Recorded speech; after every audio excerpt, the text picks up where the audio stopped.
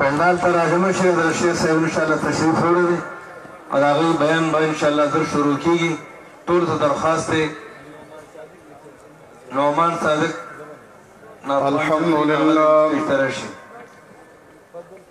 الحمد لله كفى وسلام على عباده الذين اصطفى. أما بعد فأعوذ بالله من الشيطان الرجيم. بسم الله الرحمن الرحيم. أنزل من السماء ماء فسالت أودية بقدرها فاحتمل السيل زبدا رابيا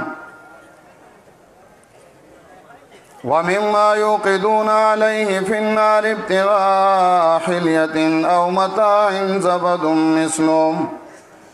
كذلك يضرب الله الحق والباطل فأما الزبد فيذهب جفاء وأما ما ينفع الناس فيمكث في الأرض كذلك يضرب الله الأمثال. زما محترم امیر محترم اور بالخصوص اشاعت التوحید و سنہ اکابرین اسٹیج بندے موجود دی او د جمعې د ورځې نه موږ د مشرانو تقریرونه واورېدل، خطابات واورېدل. الحمدلله موږ په خپل میشن او په خپل مقصد او د دو په پیغاماتو باندې پوه شو. زمونږ دوسره پخوانی عهد و موږ په خپل عهد کې په خپل وعده کې دوسره خیانت او کمی نه ده کړې او انشاءالله موږ به دا پیغامات مخې ته رسو. زه اوږد تقریر اراده مې هسې هم نه وه او اوس خو حضرت شیخ صاحب دامت برکات هم راغلي نو زه صرف د دې آیات متعلق یو مختصره خبره عرض کوم او بیا د صوبه سند په سطح ما د امیر صوبه سند یو پیغام راوړ دی، هغه به زه امیر محترم خدمت کې او خپلو ملګرو ته واورم. زما تصور دا دی چې شیخ القرآن رحمت الله علیه نور الله مرقده دی په دې دور کې د یو شخصیت نوم نو او دا د صرف د یو کور او د یو فرد پورې خاص نو بلکې شیخ القرآن رحمت الله علیه یو تحریک نوم دی او شیخ القرآن رحمت الله علیه د یو فکر نوم دی. شیخ القرآن رحمت الله علیه د دې دور الحمدلله مجدد او هغه په دې دور کې چې کله د الله د نوم اغستلو څوک نو او د الله نوم اغستل یا د الله کتاب مخلوق ته بیانول جرم ګڼل کېده. شیخ القرآن رحمت الله علیه داغه جرم میدان جهاد ته راوته او شیخ داسې کسان تیار کړي دي. زه چې کله کله د شیخ القرآن د شاګردانو تصویرونه داغو کارونه داغو کارنامې وګورو نو زما تصور راشي د شیخ هر یو شاګرد الحمدلله د علامه ابن تیمیه او د علامه ابن قیم او د دغسې مشرانو شان حیثیت لري او میدانونو کې کارونه کړي دي. او زه دا وایم چې ډېر مشران زمونږ چې هغو سور کفن وړی دی د دنیا نه رخصت شي دي هغه د دې امیر شیخ القرآن والحدیث حضرت مولانا محمد طیب طاهری صاحب په قیادت کې دي او د دو په قیادت کې د دنیا نه تللی دي. اوس یو مولانا وی منهم من قضا نحبه ومنهم من ينتظر سلاړل او څه په انتظار دي خو وما بدلو تبدیلا. کم عهد کم لوزې چې د شیخ سره کړی او د الله د کتاب د بیانولو وعده یې کړې وه په هغې کې یو ملګری نه دی شاته شي الحمدلله او انشاءالله نه به شاته کېږي. هغه خلک چې هغوی د شیخ القرآن ته ناسو قرآن ته زده که دین ته زده که او نن د شیخ القرآن رحمت الله علیه سره هغو په بعد الموت خیانت کړی دی او د هغو په میشن کې د هغو میشن یې پرېښودل نه هغو به الله له جواب ورکوي. د شیخ القرآن هغه احسانات چې د مرګ نه پس خلک د شیخ القرآن رحمت الله علیه کیسټ یې اوري او د هغې نه د شیخ شاګردان جوړ شوي دي او نن چې په دنیا کې کم ځای کې د قرآن استاد میلاویږي او د تفسیر استاد میلاویږي نو هغه به د دې پنجپیر نه یا بذات او یا به بالواسطه د دې پنجپیر نه فارغېږي. زمونږ مدارسو کې په کراچۍ کې موږ ګورو چې په مدارسو کې یو غټ درس د قرآن کریم پخوا هم نو اوس هم داسې غټ درسونه نشته دی خو کله به چې درېمې درجه او په څلورمې او په پنځمه کې د تفسیر ګنټه ورکوله نو داسې استاذ له به یې ورکړله چې هغه به تفسیر نشو پړاولی او ما ته هغه کسان معلوم دي چې کله به د تفسیر په ګنټه کې یو مشکل آیات راغی نو زمونږ د طالبانو نه به یې تپوسونه کول چې تاسو ووایئ د دې آیات څه معنا ده د دې ترجمه راته وښایئ د درېمې درجې او د څلورمې او د پنځمې درجې که دا خصوصیت الله زمونږ جماعت له ورکړی دی او زمونږ د جماعت تعارف قرآن کریم باندې دی که او زمونږ په دې باندې الحمدلله فخر کوو. مفتی صاحب مخکې بیان وکړه مفتی صاحب نه یو ځل مفتی رشید احمد صاحب خپلو شاګردانو نه تپوس وکړ وی هل فی ذلک قسم لذی حجر د دې معنا وکړئ فارغ شي مفتیانو دو خو افتاء کورس کو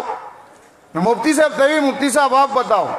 مفتی صاحب ورته معنا وکړله کنه نو زه خپلو ملګرو ته وایم چې انشاءالله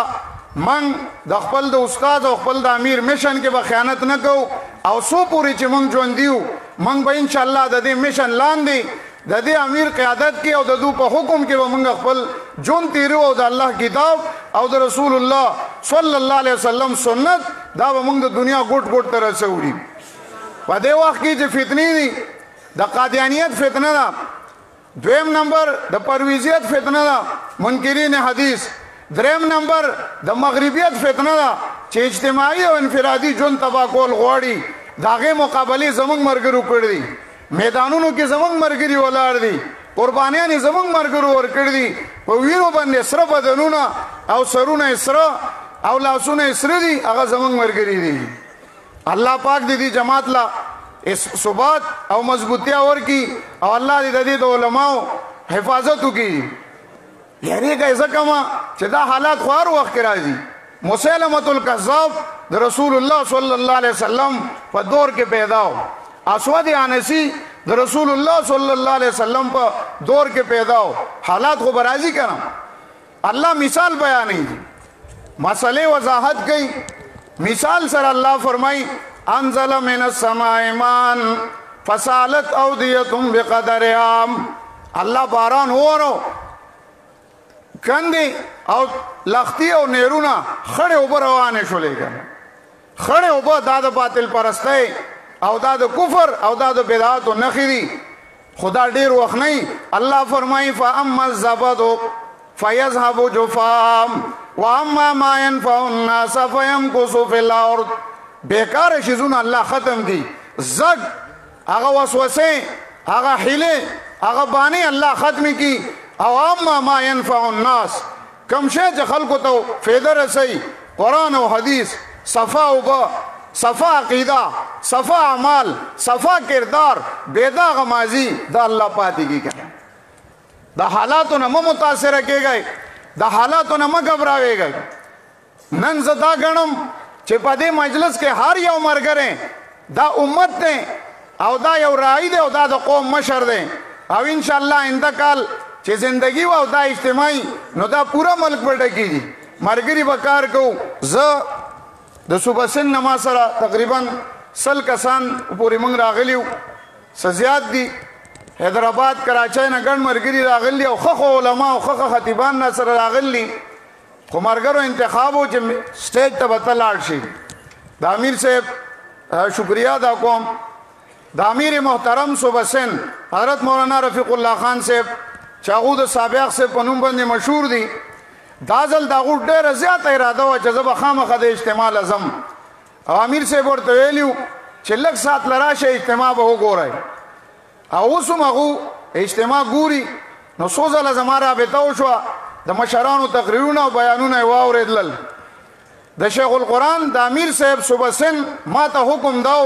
چې مدرسه بند کړئ او تمام استادان او طالبان اجتماع لاړ شي صدای په ذهن کې راغلی و چې څه شرارتیان فسادیان خلک ومئ نو یې څوک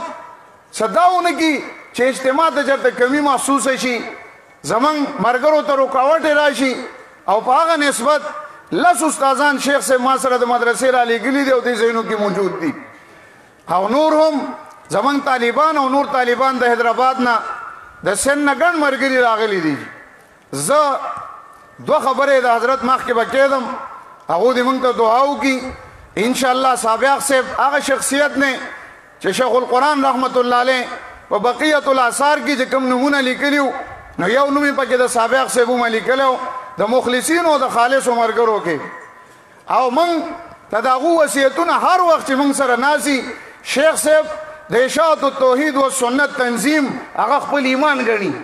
وایي که مدارس ختمیږي ختم نشي خو چې تنظیم ختم نشي موږ چې معمولی په تنظیم کې سستی راځي شیخ صاحب په خپله روان شي بوډا سړی دی بیمار ومنی الله دې ولې صحت ورکړي حضرت ته دعا درخواست هم کړی دی زه د دو خدمت کې دوه خبرې اقدم او بس دا زما اخیری خبرې دي پهله خبره د اجتماعاتو د جوش نه زمونږ ملګري د سن متاثره شي دي نو انشاءالله موږ صبح سن کې به یو عظیمه اجتماع کوو که الله ته منظور وي یا به رجب کې او یا به شوال کې حضرت دې موږ له دعاګانې کوي او ملګري د هغې دپاره تیاریانې شروع کړي دي دویم د طلبه توحید و سنت په نوم باندې مدارسو کې موږ کار شروع کړ دی او خپل تمامو ملګرو